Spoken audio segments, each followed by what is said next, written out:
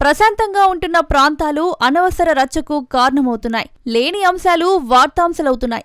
దేశంలో ఏ సమస్యలు లేనట్టుగా ఇప్పుడు హిందువులు ముస్లింల మధ్య విభజన శక్తులు మరో రచ్చ చేస్తున్నాయి. మహారాష్ట్ర అహ్మద్నగర్, ప్రస్తుతం అహల్యానగర్లో నవరాత్రి వేళ చోటు చేసుకున్న ఘటన మతపరమైన ఉద్రిక్తతకు దారితీసింది. రోడ్డు మీద వేసిన ఐ లవ్ మొహమ్మద్ రంగోలీ స్థానిక వివాదానికి కారణమైంది. ఈ విషయం గమనించిన కొందరు హిందూ సంఘాల సభ్యులు అభ్యంతరం వ్యక్తం చేస్తూ పోలీసులను ఆశ్రయించారు. నవరాత్రి వేడుకల సందర్భంగా ఎవరో ముస్లింలను కించపరిచే విధంగా రంగోలీ వేసినట్టు మొదట ఫిర్యాదు వచ్చినా తర్వాత పూర్తి స్థాయి దర్యాప్తులో అసలు విషయం బయటపడింది.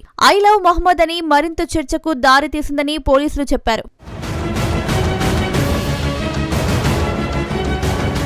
ఉదయం నుంచే రెండు వర్గాల మధ్య వాగ్వాదం జరగ్గా కొందరు నిరసనకారులు రహదారిని దిగ్బంధించి రచ్చ చేశారు. పోలీసులు శాంతి చర్చలు జరిపినా పరిస్థితి ఉద్రిక్తమవడంతో కొంతమంది రాళ్లు రువ్వారు. నియంత్రణ కోసం పోలీసులు స్వల్ప లాఠీచార్జ్ చేశారు. చివరికి ఆందోళన చేస్తున్న గుంపులను చెదరగొట్టారు. ఈ ఘటనపై ఎఫ్ఐఆర్ నమోదు చేసి రంగోలీ వేసిన వ్యక్తితో పాటు మొత్తం 30 మందిని అదుపులోకి తీసుకున్నారు. అయితే ఐ లవ్ మొహమ్మద్ నినాదం వెనుక ఉద్దేశం, మత శాంతికి భంగం కలిగించే ప్రయత్నం ఉందా అనే దానిపై పోలీసులు విచారణ జరుపుతున్నారు. మరోవైపు మొత్తం ఘటనపై మహారాష్ట్ర సర్కార్ అప్రమత్తమైంది. సీఎం దేవేంద్ర ఫడ్నవీస్ ఈ సంఘటనను సీరియస్ గా తీసుకున్నారు. మత సామరస్యాన్ని దెబ్బతీయాలని చూస్తే దాని వెనుక ఎవరున్నా చూస్తూ ఊరుకోమన్నారు. గతంలో ఎన్నికల సమయంలో కూడా ఇలాంటి కుట్రలు చేశారని ఆయన మండిపడ్డారు. ఈ కేసుపై సమగ్ర దర్యాప్తు జరపాలని ఆయన పోలీసులను ఆదేశించారు.